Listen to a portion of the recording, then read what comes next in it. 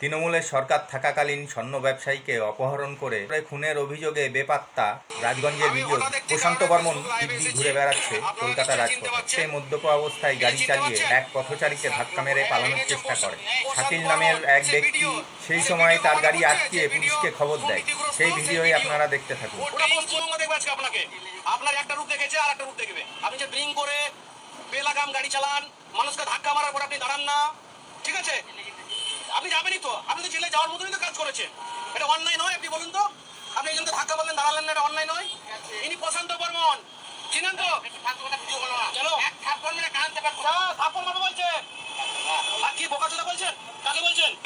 তুমি ধাক্কা লাগে না, নাটক মারবে না। ভাই কতটুকু চোট পেয়েছো তুমি বলো, তোমাকে কতটুকু লেগেছে বলো। তোমাকে তুমি বসো ওখানে, বসো বসো ওখানে। পায়ে লেগেছে, পায়ে লাইন আছে।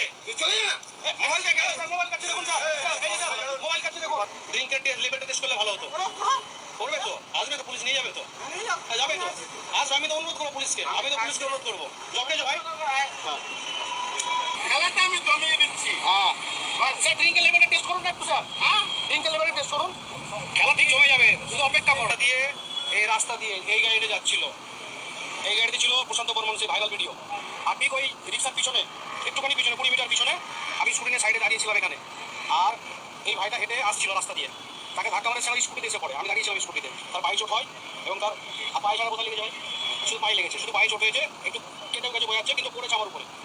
তারপরে ছুটে আসি, তারপর যখন দেখি রীতিমতো মুখ দিয়ে প্রচুর গন্ধ বেরোচ্ছে, মানে ফুল ড্রিঙ্ক করে আছে একদম।